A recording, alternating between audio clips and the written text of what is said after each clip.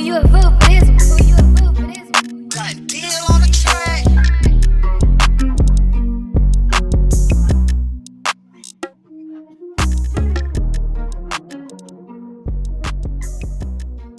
How you feeling? I'm good, man. I'm good. Feeling good. Bro, one of the biggest legends in the building for this one. Appreciate it. Appreciate it. What's going on, man? Bro, I gotta give everybody the craziest story before we even start. Bro, the biggest thing I feel like in the music industry is people, especially that work with producers or whatever, finding those people.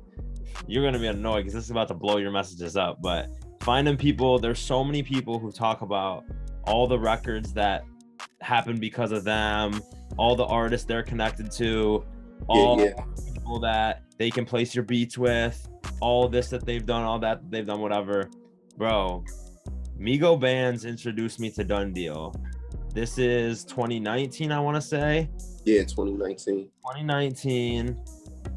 Bro, me and DunDeal chop it up for the first time. I sent him 7 beats the next day. He plays 3 songs for me the next day. And then, yeah, for sure. like 2 weeks later, he hit me up for beats for so-and-so. I sent him 5 beats. He sent me back 2 full songs the next day. And it went like this. And even to 2020, at the end of 2020, Hop Hunter's piping hot. Corvette's going crazy. DunDeal hits me. Yo, send me 6 or 7 beats. Boom. I send him 3 full songs the next day. Bro, this is like, I know for you it's nothing, but this is like crazy shit. Like, this does not happen every day. Like, oh yeah, man. I have a studio out here, Death Star Studios, and so for me, as soon as people come into the studio, it's easy for me to get beats played. You know, like it's nothing. nothing. Like it's nothing. No, but we're definitely gonna kind of cover the story to how you built it up, how you got to this point. But like I said, man, we got a legend in the building today. I'm super excited. DunDeal on the track, the producer room, powered by producer culture. My guy, I appreciate it big time. What's going on? No problem, brother.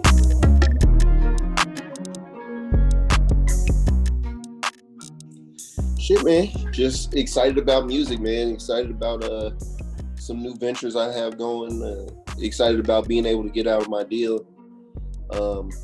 Explore my independent avenues in the music industry, and all that. Yeah. No, it's gonna be I have a feeling the independent life is gonna treat you nice for as long as you decide to keep it that way, because you're having a lot of motion at all times. Yeah, for sure. I think that's the best thing, to have a 100% ownership of everything I know I have coming out soon. I'm excited. Man, it's gonna be crazy. But yeah, I guess for you, like, how does it all like start off? Where are you from? When does music kind of first enter your life? I feel like, is it safe to say you kind of get on everyone's radar when like Stoner comes out, like on like a global scale? Yeah, but no. I actually, before, me and Young Thug been working since 2012, 2011. So working with Young Thug, I've been working with Future. I've been working with any artist from Atlanta that pop.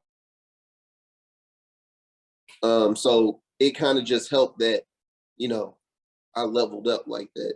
But the first person that kind of got me on the radar was Gucci Mane. Mm-hmm.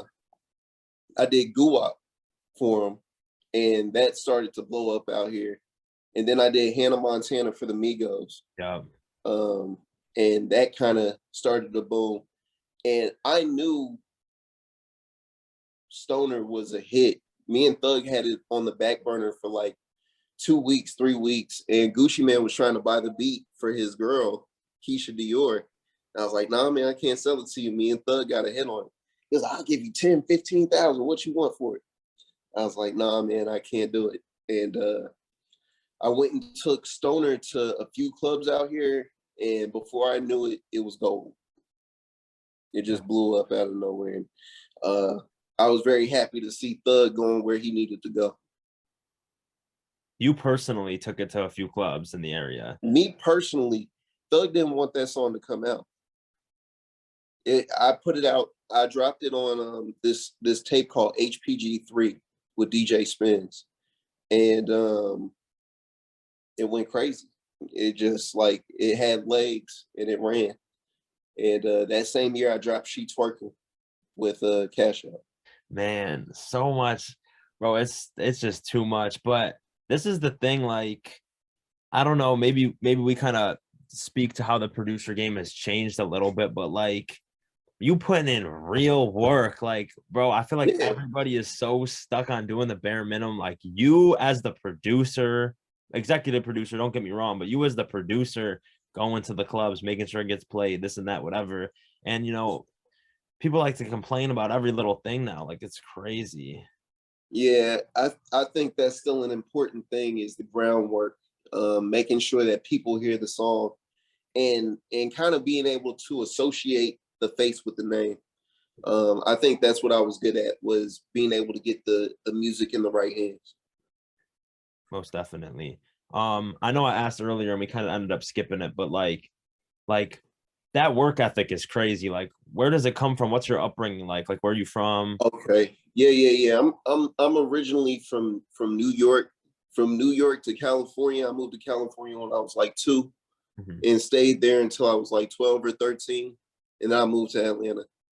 Um, and in Atlanta, I kind of developed my love for music, just being able to see everybody like Atlanta, there's nobody here is a star, and then everybody here is a star. So like when you go to the mall or something like that, you're gonna run into a famous producer, a famous rapper, an actor, anything like that. So when I came out here in 2001, 2002, I met Ti, and he was just passing his CDs around in the mall, like trying to get people to listen to him.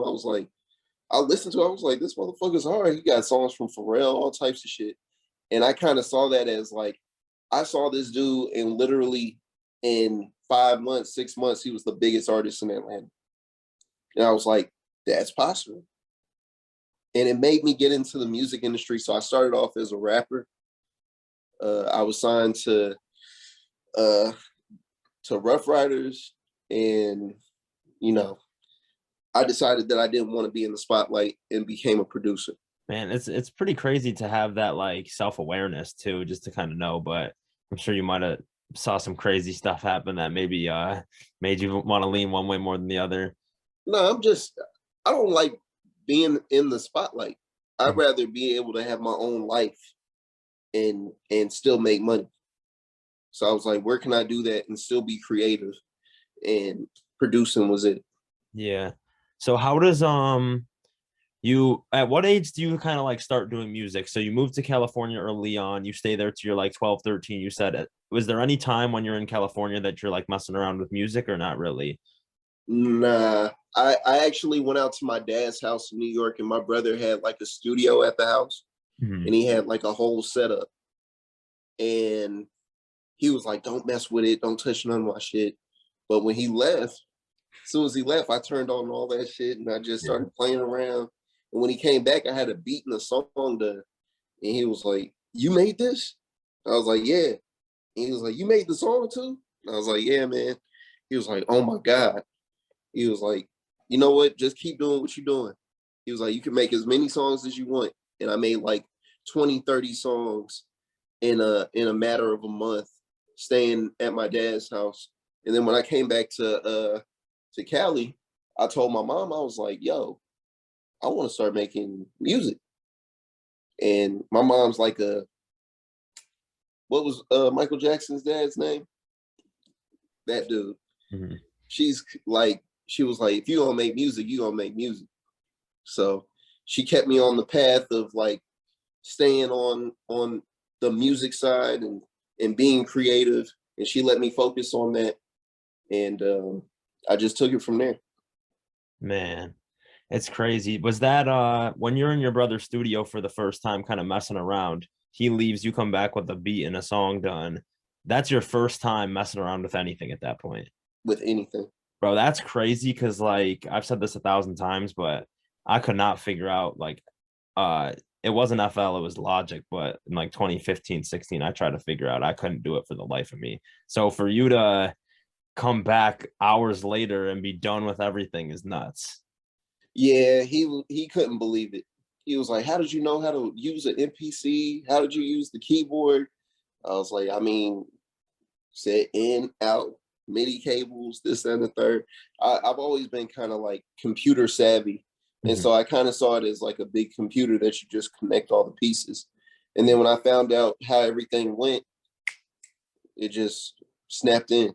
Crazy. So you get to Atlanta, you're working, music becomes a part of your everyday life. Who was like the first artist that you really lock in with? And at what level are you guys locked in? Are you guys in person cooking up all the time? Are you making beats and sending them? Like, how's it going? The first people that I lock in with is the Rich Kids. Mhm.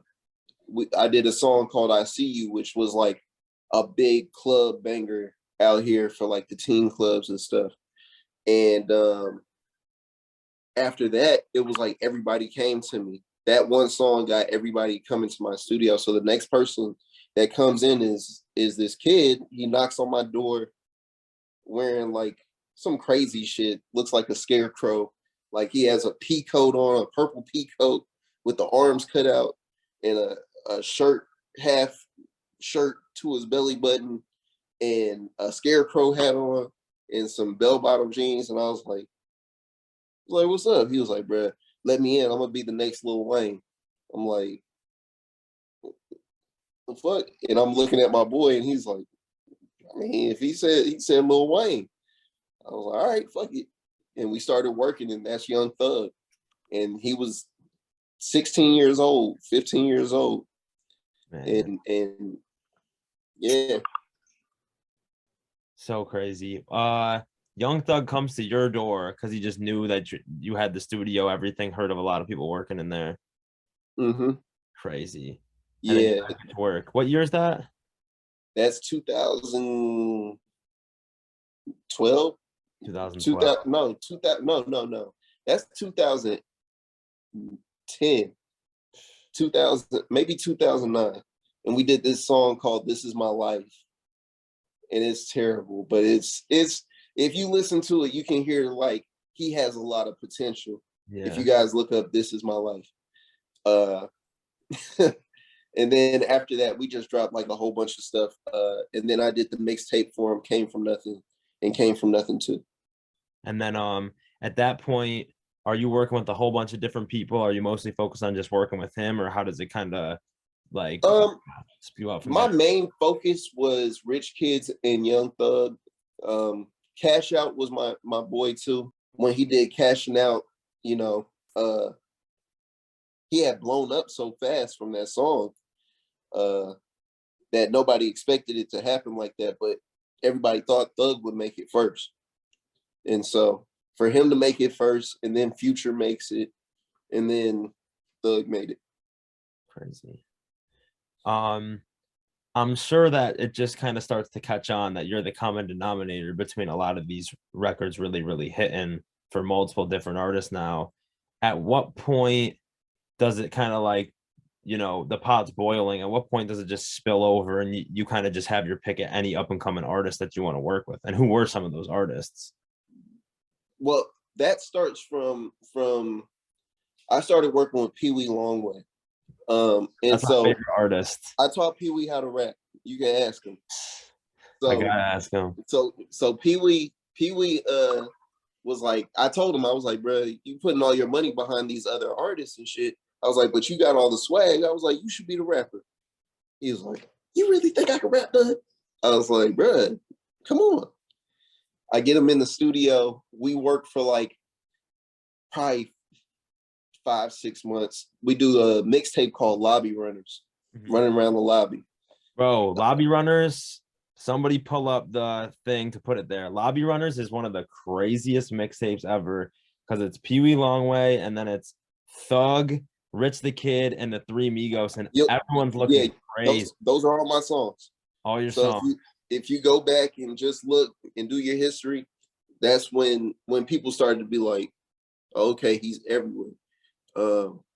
Then Gucci Man, I did Point in My Life. I did a song with him and Chief Keef. Some other songs that we did. and now my name is starting to circulate. And then I did this song No Love with Future, and then me, Metro, and Spins did a song with Future. Can't think of the song right now, but yeah. And then after that, man, shoot, I just started circulating with the up and comings. I did Kevin Gates.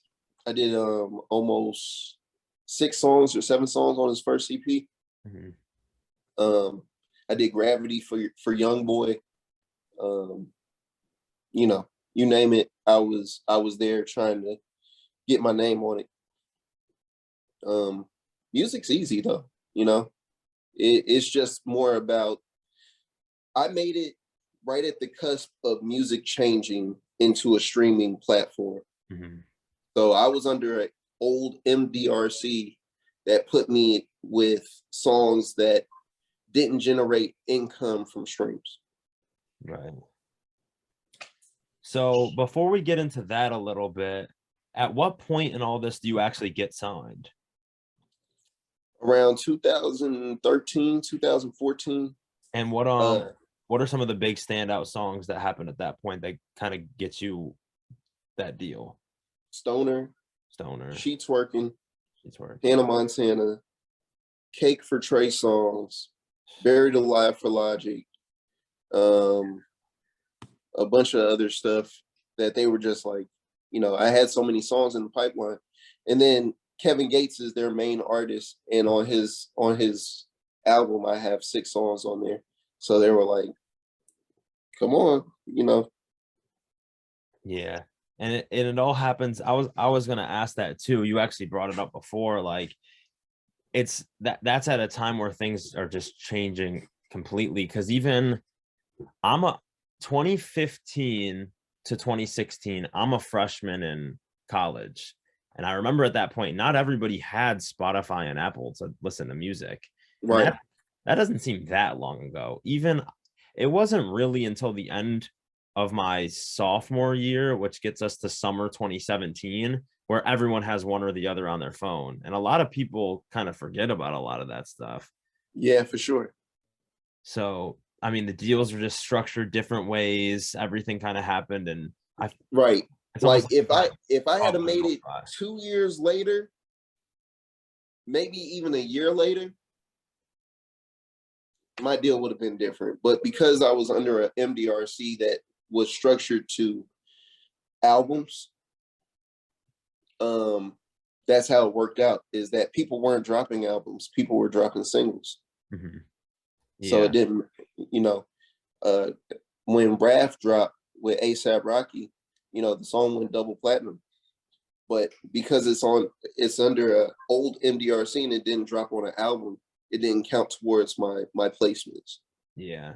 And basically, for everybody, like, a lot of times the way deals are structured now is it's basically like a dollar amount and a term that's like an amount of years, 3, 4, whatever. And basically at the latter of the two, when you make all the money, or when you make the money back, or the years are up, whichever happens second, typically at that point you're either out of your deal or you've obligated your first option, and then they move into a second one. Exactly. With the MDRC deals back in the day, there's essentially like a minimum delivery requirement that you have to give to them. And a lot of times what ends up happening is it could be X amount of songs, let's say it's 100, but these songs have to be on actual albums. Exactly. So it's kind of up to wherever you're signed to discretion to say if this counts towards this or this counts towards this or whatever. And that's where it's interesting, because like a RAF is technically on a mixtape, but at that point, what's the difference between mixtapes and albums? Because they're all on the same platform making money. No. So, yeah, it's interesting. Yeah, the Rich Gang album, the Remedy is my production group. 14 songs on the Rich Gang album with Young Thug and Rich Homie Quan. None of them count, you know. So it's just like in Atlanta, we had to change, and I'm glad it started to change, that people wanted to put out albums. at first everybody was just like, man, let that shit drop. And I started to understand like everything can't drop. Yeah. So let me ask you this too, not to be a pocket Yeah, watcher yeah. or anything, but at what point do you actually start making money for real? Because if back to Oh like yeah. before, you're not really making money off your music. I should say you're not really making money off the songs you're attached to back when you first meet Young Thug and stuff. Like when all these Oh songs are just no, randomly no. dropping on like a lobby runners, you don't really make a cent from that. Exactly. Yeah. I was getting hood money. So like Pee Wee was looking out for me and being like, here goes 25,000.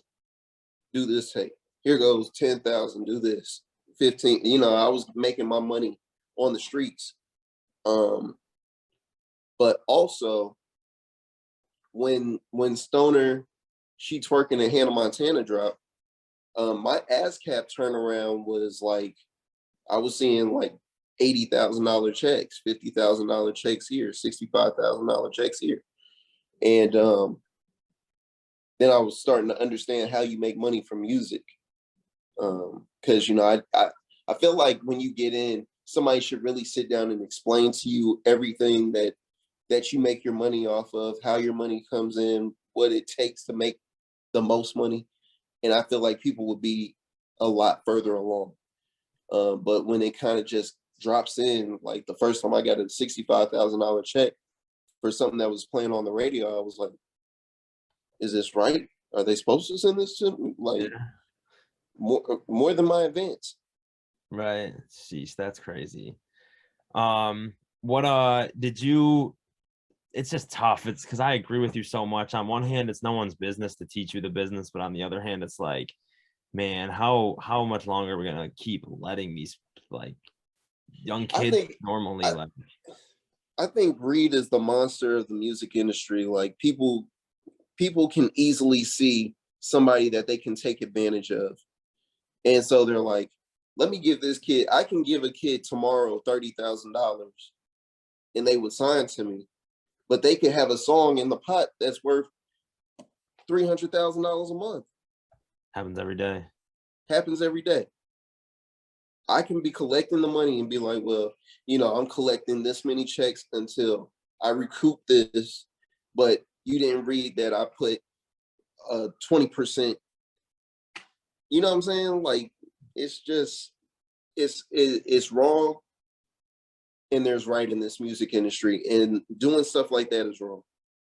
No, it's for sure wrong. And even it just kind of goes to like taking shortcuts. Like you're never, you could win today, but you're gonna lose in the long run. Like that. I feel like a struggle. If you came into this game and you struggled to get here, and you really struggled, you didn't ask for handouts, you weren't trying to borrow money from everybody you could, knowing you had a hit or whatever the case is, and you just struggled until you got to where you needed to be, you still have money. Mhm. Even if it was a one hit, you still made your money and you were able to do what you needed to do with it. But I don't know, man. People are hard headed. Yeah, You can't tell a kid not to take some quick money. I know. Yeah, it's tough. It's tough because on one hand, you never know the person's, day to day and what they're going through, etc. That, you know, 30 $30,000 per month for the next 10 months might not be enough for somebody to make it, whereas 300K today might be that. But at the same time, it's just tough to watch like people throw it away because they don't understand the value. And the other thing that's just tough is like at this point, like in all these rooms, like, producers come here, cook up, I sit there, chill, whatever. Like I hear everything everyone's saying. It's just like a big flex off to compare like who got the biggest check from this or that publisher when they don't even know what the difference is and things that they're talking about. So it's I interesting. agree. I feel like those are things that in the music industry, if we could stop the worrying about the flex and start worrying about the long term of your money, because I feel like so many people can. I know people who got $1 million deals that are struggling, you Mhm. know, and I know people that got $50,000 advance and have all their money still, making more money every day. It's not always greatest to take a big advance. You know, you don't know what they're expecting from you. People get dropped from their labels all the time. All the time. All the time. Kind of going back to like the music, what you probably had a bunch of them, but like at that point in time, and then we're gonna kind of like go into a lot of the more so like up and coming artists that you managed to stay tapped into. But like, what was like the craziest moment back then? Was it like, because Hannah Montana is a crazy song, Stoner's a crazy song. Like, what was the craziest one where you just couldn't escape and you're looking around like, holy shit, like this is nuts? Probably Hannah Montana, man. Yeah. I went to a college party and just watched how they were acting in there, and like the whole house was moving. I was like, wow, this song has some control. And I remember like recording that song. I remember sitting there mixing that song and making it perfect. Plus, I mixed Stoner, I mixed Hannah Montana, I started off as an engineer. So like to see like my process go from the board to the party to the radio just was like an all around wow. Yeah. No, I'm sure. But yeah, going on to the next thing, like we should pop it up actually, the DunDeal discography. Like if you just scroll through Genius, it's like trying to read the dictionary. Like it just goes and goes and goes forever. And they still don't have all my songs on there. Yeah, and they're still missing a bunch of stuff. Let me know if you need anything too. I can help you get it added. But yeah, for sure. Need it. Like one thing that you know is like you come across so many constant just classic hits, like the ones that we've referenced a few times, but also like, you know, you make it a point to like a Goddard or an artist of that caliber is kind of like coming up. Like, what do you do to kind of like manage to stay tapped into like the roots and like the upcoming as well? I listen to, you know, I have a son, and I kind of go through what he listens to. Mm-hmm. So when I sit there and listen to what he plays, I'm like, who is this? Who is this? Who is this? I always try to stay tapped in. And then it doesn't hurt that I have a studio where everybody goes. So people tell me, like my assistant will tell me at the studio, like, hey, this person is coming in. He's dope. Check this guy out. Check this person out. And then these labels always reach out for me to work with new artists. Yeah. But I love working with new artists. I'd rather work with new artists because at the end of the day, to mold and help them get where they're going, and also to have a hit with them, you know, all the better. Most definitely. And also, I mean, don't get me wrong, you catch like a Jack Harlow First Class or Gunna Push and P, like that's a crazy placement. But Of course, for the most part, if you're the person who is attached to or produces the breakout song for an artist, that's a lot better than just having one of 30 songs with this big artist. You know what I mean? Yeah, that's what people are excited about. They're excited for people that can make stars. If the star is already made and you're giving them a sync, like you can give Push and P to another artist that's coming up. It may not be his hit. Facts. You know, sometimes you have to have for certain type of songs, you gotta kind of have a look already. Right. Like that song could be a one-hit wonder for somebody. Mm-hmm. They could never drop another good song again. Definitely. What about, so I'm not gonna ask like when you start running your own studio, because I have a feeling before you had the business like officially together, you were always kind of just doing that, whether you really knew you were doing it or not. Yeah. But at what point do you actually like open your own studio? Like what's the business behind that? Like I'm sure you have your own LLC, like doing all that type of stuff. Like what's kind of that whole process like? And what made you want to do it in the first place? All right, 2018. I had a studio at Doppler out here. And it's a good studio. You know, don't get me wrong, you just can't smoke in it, which is like rule number one for artists. They want to smoke. Yeah. 24/7. 24/7. Yeah. If they not smoking, they in the booth. Yeah. So Shit. I think 2017 I was in Doppler. 2018 I went and bought Bangladesh's studio in Atlanta. And so before I was in Doppler, I was in Bangladesh's studio. I had a room in the back. And I was thinking about it. I was like, man, I wonder if he still has that place. And I checked it and it was for sale. Bought it. Bought it. Yep. I just took my money and bought it. Crazy. Yeah, it took 3 years. Well, it took 2 years to get the business off the ground the right way. Building all the rooms out, spending hours and hours and hours of making sure everything's right, Asperger's, all that shit. But man, it was worth it.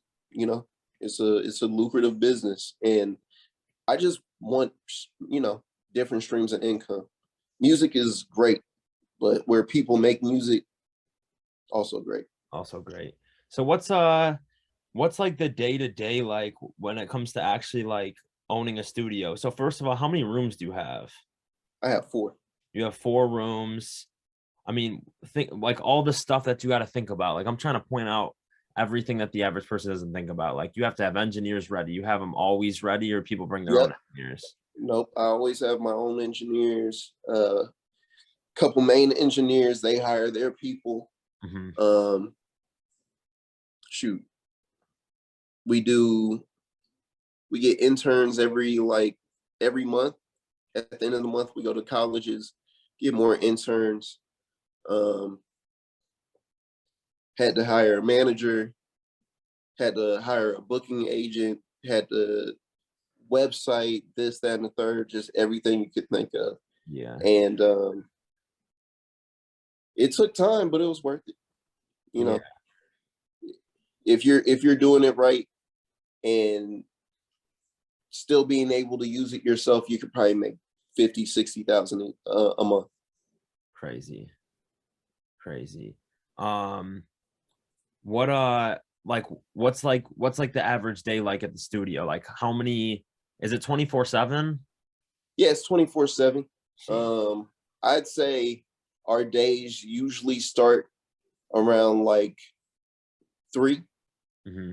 3 o'clock is when people start booking. Before that, I have writers in, I have producers in, making sure they're knocking out songs and stuff for more placements. So it starts around 3. How many? So there's 4 different rooms. Let's pretend they're all moving at the same pace per day, which they're obviously not. But how many different artists do you think are coming in? Is it like 2 per day, 2 12-hour slots? Is it more like 3 8?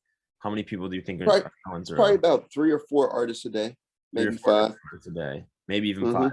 That's just for one room. Yes. Crazy. Was there ever what's like the craziest like studio day that you've had? Have you ever had just like so and so in one room, so and so in the other room, commotion in the parking lot, like all types of craziness? All right, so it's St. Peter's Day, and there's some drunk guys in the back, and they're just like super excited about this song. They run and tell me to come, hold on, come check it out. You gotta hear it, blah, blah, blah. So I go to the back, and the song's cool. I'm like, all right, that's what's up. I'm gonna be in the front. And this drunk dude opens my door and he's like, you didn't like the song? And I was like, I mean, it was all right. And then he closes my door. I'm like, y'all lock that door, make sure you don't walk back over here. Before I know it, I just hear like yelling and screaming going on. And I go out there, dudes fighting somebody. My security had to pepper spray them, just commotion. And I was thinking to myself that day, like maybe St. Peter's Day is like a no-go for drinking at the studio. Yeah. Because it was wild. It was like too much going on. That's crazy. See, these are all the things that people just don't think about. Like, did you always have security at the studio? Like the very first day you opened it? That was one thing I made sure of. That was the first thing I did. I hired my boy. He has a little security firm. I was like, come on down. Yeah, come on. And but see, that's the thing. Like, me having security is kind of what made the Migos comfortable with using my studio. Mhm. Like, them knowing that they had security at the front, they're like, okay, we like your studio there. Yeah. Man, crazy. It's got to be a pretty amazing, like, I shouldn't say I'm sure. I know for a fact because I send you stuff for them often. You have people coming through like tier A artists, etc. It's got to be a pretty surreal feeling because I know people that you're working with now in your studio in Atlanta, 4 rooms, owned and operated, etc. Were the same people that you were probably working with out of a little bedroom back in the day. Like, is that like a surreal feeling? You guys look around, and you're like, damn, like a lot of these artists got to be crazy proud of you. I think we all look at each other like, how time has passed. Mhm. Um, we all understand that that's the nature of the beast, that we make more money. Therefore, the glow up, everything feels good. And I, I think we barely mention the past. I think people will be like, man, that shit wasn't me. Mhm. Crazy. So But yeah, I think we look at the past like, yeah, it happened, but on to bigger and better things. most definitely. But we appreciate it so much, man. Just so many gems, so many amazing stories to kind of hear from.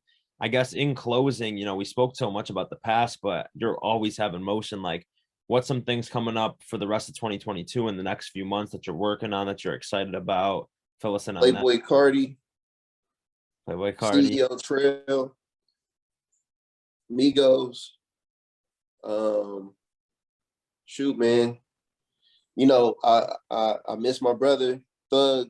They need to free him. Same thing with Gunna, the whole YSL. Um, those are my people, and so for this to be going on, it's that's a tough one.